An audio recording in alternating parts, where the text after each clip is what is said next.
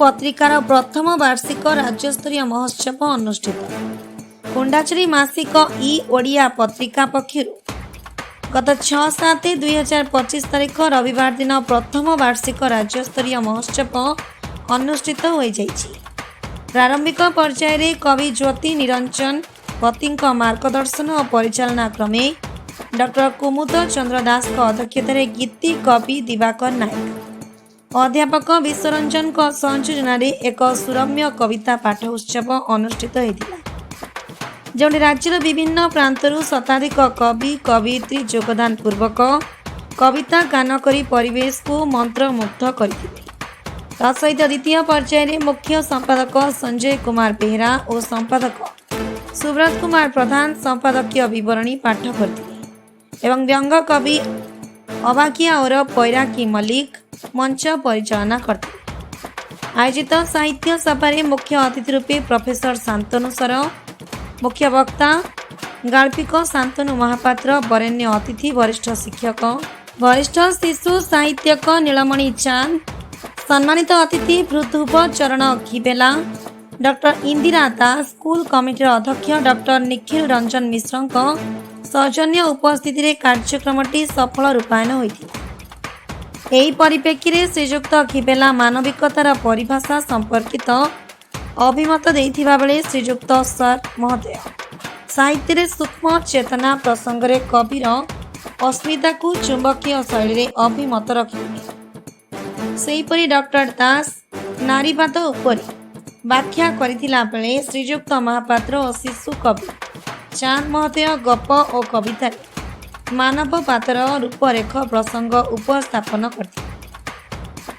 एतद्व्यतीत कार्यक्रम तृतीय पर्यायर सुश्री अर्पिता पति द्वारा सुमधुर स्वागत संगीत गान परे सारस्वत सम्मान रे प्रोफेसर कुमुद चंद्र दास, आधुनिक ओडिया कविता सम्मान रे अक्षय ओझा, आध्यात्मिक कविता सम्मान रे दिवाकर नायक, शिशु कविता सम्मान रे दीनबंधु पोई, हास्य व्यंग रचना रे श्री चंद्रशेखर, गल्प सम्मान रे विष्णु प्रसाद दास, प्रबंध सम्मान रे शिव प्रसाद चांद, युव कवि रे सम्मान हरिहर गुप्ता, विजय लक्ष्मी नारी कवि सम्मान रे मंदाकिनी पाढ़ी, बालकृष्ण पट्टनायक शिक्षा सम्मान रे श्री विश्वरंजन प्रधान, पुस्तक समीक्षा सम्मान रे कुंज बिहारी साहू और लोक कवि सम्मान रे बानांबर परिडा संबर्धना करा सह कवि कवियत्री माननकु सम्मानित करा जायतिला। परिशेष रे कवि गंधर्व जेना धन्यवाद अर्पण करथिले। ढेंकानालु नायक अक्षय राजहस्ती रिपोर्ट मसीहा न्यूज सर्विस।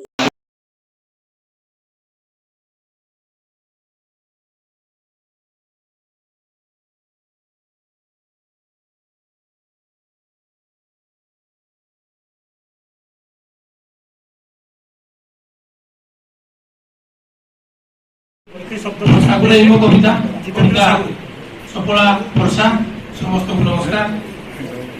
आग अनुपमा नर्तकी प्रतिमा इंद्रराज कन्या अंचित वेश बारिद देशर तरुणी लावणी बारिद देशर लावण्य प्रेयसी नववधू जेने होइसुबेश नंदन बनर अलका नंदा पयरे बाजणी नुपुर बंधा संगीतर ताले ताले झर झर सदा झरी पड़ू तुही इयानंदे बही थळे अबला चपला अपरूपमाला उपवन साथी बारिद माला असनी आधुत हरिभय पुत्री सदामिनी सह रचई खेला ईश्वरी तरुणी गोप्रिय तमा निदा घर अन्ते प्रवेश बामा मयूरी स्वागत करे विवर्ण धरणी तुम स्पर्श गभी श्यामला बसर धारी प्रेम मनीष ही आद्र वस्त्र ही समीर दोड़ी रे करी विहार ओढ़णारे मुख सजाई छईड़ा फूल सवारी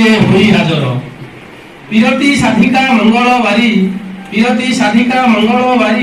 दर दर होई आसुछु झरी कवि कल्पनार नेत्रे सुंदरी सरसा ललना महीना झरी पड़ू अविरती तब आगमने कौतूहलपूर्णे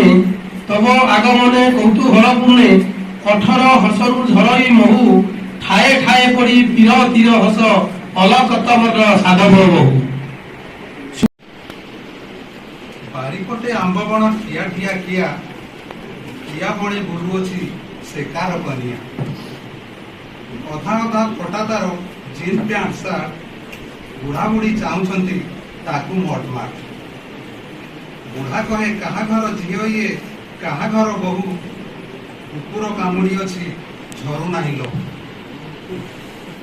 ବୁଢ଼ୀ କହେ ନଥିଲା ଘରର ଝିଅ, କାଙ୍ଗାଳିର ବୋହୁ, ଭିକ୍ଷା ମାଗି ଫେରୁଅଛି ଦେଉଳ ବେଢ଼ାକୁ। ଯେବେ ଆସି ସେହି ଝିଅ କରେ ଦଣ୍ଡବତ, ବୁଢ଼ା କହେ କିଏ ସେ ପାମର, ବସ୍ତ୍ର ଫାଡ଼ି ପଦେ ଘରେ ମାରିଦେଲା ହାତ।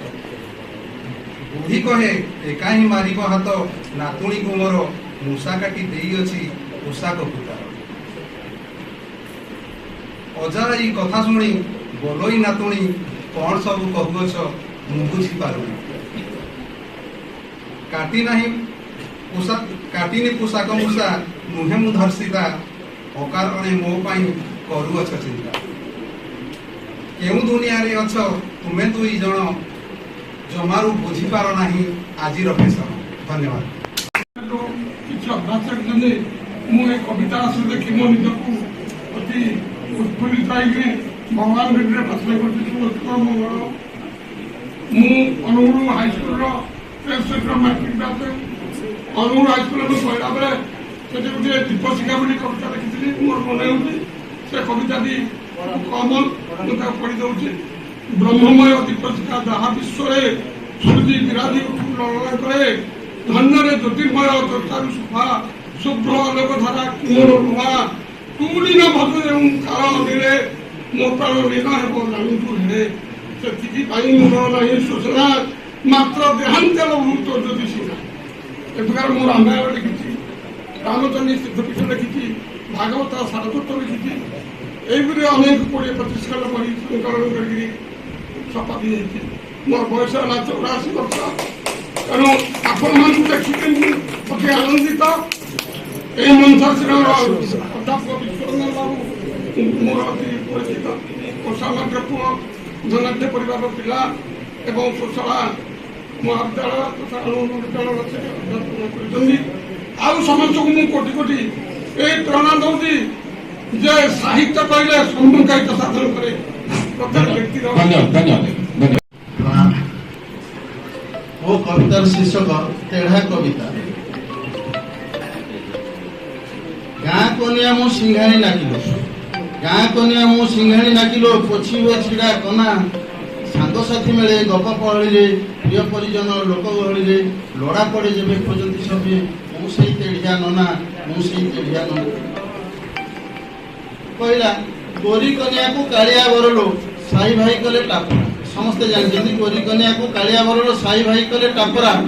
ଯିଏ ଯାହା କହୁ କଥା ଏମିତିରେ, କେତେ ମିହତରେ ସଭା ସମିତିରେ, କବିତା ଗାଇଲି ତାଳି ନ ପାଇଲି, ସଭିଏ କହିଲେ ଛୋପରା, ମତେ ସଭିଏ କହିଲେ ଛୋପରା।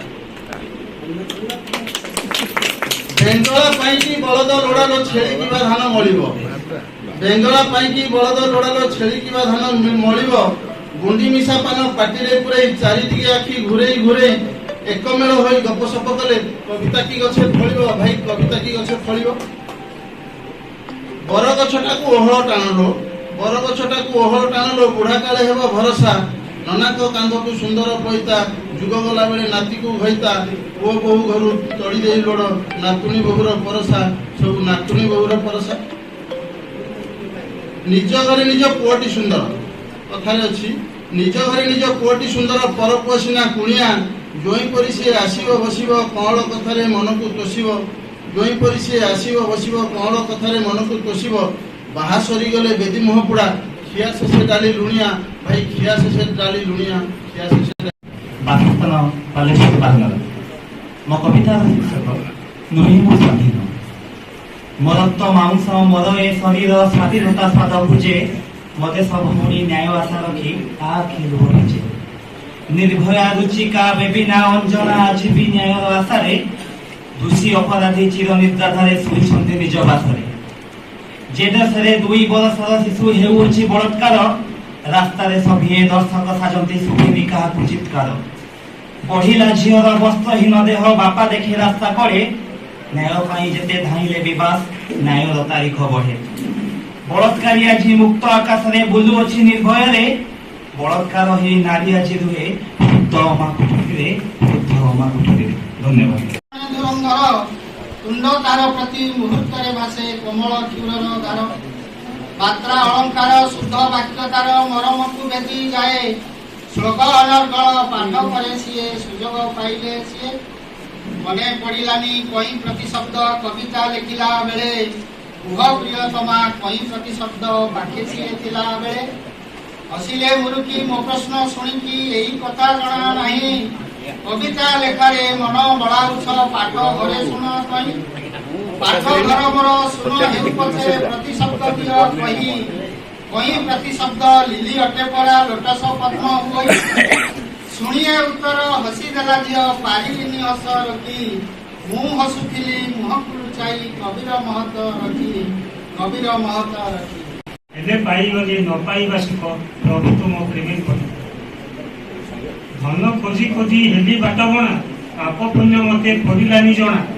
ଧନ ଖୋଜି ଖୋଜି ହେଲି ବାଟବଣା ପାପ ପୁଣ୍ୟ ମତେ କରିଲାନି ଜଣା ମୋର ଓହମିକା ଦେଲା ମତେ ଧୋକା ମୋର ଓହମିକା ଦେଲା ମତେ ଧୋକା ଲୋଭ ଦେଲା କାଳ ଗଡ଼ି ଦୁନିଆ ଆଖିରେ ସୁଖ କରତା ଦେରି ଦିନେ ସବୁ ଛାଡ଼ି ଅନୁତାପ ମତେ ଦେଲା ସଦବୁଦ୍ଧି ଲୁହ ଶିଖାଇଲା ଜିଇବାର ବିଧି ଅନୁତାପ ମତେ ଦେଲା ସଦବୁଦ୍ଧି ଲୁହ ଶିଖାଇଲା ଜିଇବାର ବିଧି ଏବେ ମୁଁ ଜାଣିଲି ତମ ନାମ ମାଳା ତମରି ଧାମକୁ ସିଙ୍ଗି ଦୁନିଆ ଆଖିରେ ସୁଖ କରତା ଦେରି ଦିନେ ସବୁ ଛାଡ଼ି ହେଲେ ପାଇଗଲେ ନ ପାଇବା ସୁଖ ପ୍ରଭୁ ତୁମ ପ୍ରେମ କରି মেঘ বরসিলা টপর টপর বর্ষা ঋতুটি বলি ধোয়া ধোয়া মেঘ ভেড়া ভেড়া হই খেড়িলে আকাশে দড়ি ভরিলানি পাট নই সাধু জামুরে বেগুনি দেলানি কে কে কঠোর দেই না পিঁধিলা বরষটিটিয়ে না চলিলা ଛତା নইটি মহিলা সজা শুনাইলে নিষ্কলমণিক কথা উঠিলা কতক কিয়া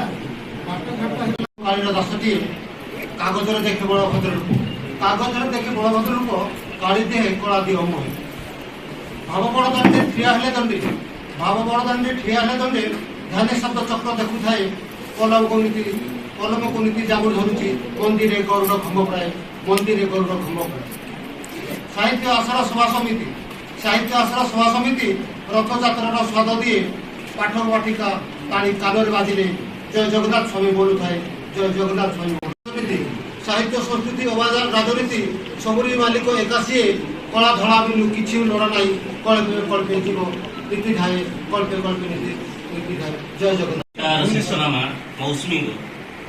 ମୌସୁମୀଙ୍କ ଅନୁଭବୀ ମୁଇ ନରମ ହାତରେ ସରମି ପରଶ ଧରେ ଲୁଚି ଛପି ତୁମେ ପଲକ ଲୁଚାଇ କବିତା ପଢ଼ିବି ଦିନେ ଭଲ ପାଇବାର ମନ କଥା ମୋର ଗୋପନେ ଯେତେକ ଭାଷା ଲେଖିଛୁ ବସି ରାତି ଉଜାଗରେ ମନରେ ପାଇବା ଆଶା ପ୍ରଥମ ବର୍ଷାର ପହଲି ବରଷ ଲଭିଲା ଯେବେ ମୋ ପ୍ରାଣ ଭିଜା ମାଟିର ଫୁରୁ ଫୁରୁ ବାସ୍ନା ବିମୋହିତ ତନୁ ମନ ନବ ଯୌବନର ଶୁଷ୍କ ପିଆଲାରେ ଭରିଲ ମଦିରା ତୁମେ ହୃଦୟ ଗହରୁ ମଧୁଝର ବାସ୍ନା ଖେଳିଗଲା ମୋର ମର୍ମେ ସେହି ଦିନଠାରୁ ମୋମନ କନ୍ଦରେ ମେଘ ମଲ୍ଲାର ମିଳନ ନବନୀଳର କାନ୍ତି ମିଳନର ଉଲ୍ଲସିତ ପାର୍ବଣ ଲେଖିବି ମୌସୁମୀ ତୁମକୁ ମୁଁ ନେଇ ଚୋରା ବିରତି କବିତା ଲେଖିବି ମୌସୁମୀ ତୁମକୁ ମୁଁ ନେଇ ଚୋରା ବିରତି କବିତା ଅଳସ ଲାଗିଲେ ତୁମରି ଦେହରୁ ଝରେ ସପ୍ତ ରଙ୍ଗ ଚିତା ସେଇ ରଙ୍ଗ ଛଟା ମୋ ଦେହରେ ଲାଗି ମତେ ମୋଠୁ ଚୋରି କଲ ମନର ଗୋଟିଏ ପରଦା ଖୋଲିଲେ କହିଲି ମୁଁ ତ ବେହାଲ କାହିଁକି କେଜାଣି ତୁମ କଥା ଭାବି କାହିଁକି କେଜାଣି ତୁମ କଥା ଭାବି ଆଖି ଯାଏ ଲୁହ ଭରି ବାଟ ପରା ମୋ ଅଲଗା ଅଲଗା ବାଟ ପରା ମୋ ଅଲଗା ଅଲଗା ତଥାପି ହୋଇଛୁ କାହିଁକି ଖୋଜୁଛି ଏଇ ଦୁଇ ଆଖି କାହିଁକି ଖୋଜୁଛି ଏଇ ଦୁଇ ଆଖି ହୃଦୟ ପରିଯାତନା ନିଜର ହୋଇକି ଦେଉଛ ଦରଜ ନିଜର ହୋଇକି ଦେଉଛ ଦରଜ ଥିଲା କି ମୋ ପ୍ରେମେଉଣା ଥିଲା କି ମୋ ପ୍ରେମେଉଣା ସାହିତ୍ୟ ସଂସ୍କୃତି ଅବାଜାର ରାଜନୀତି ସବୁରି ମାଲିକ ଏକା ସିଏ କଳା ଧଳା ବିନୁ କିଛି ଲୋଡ଼ା ନାହିଁ କଳ୍ପେ କଳ୍ପେ ଯିବ ନୀତି ଧାଏ କଳ୍ପେ କଳ୍ପେ ନୀତି ଧାଏ ଜୟ ଜଗନ୍ନାଥ।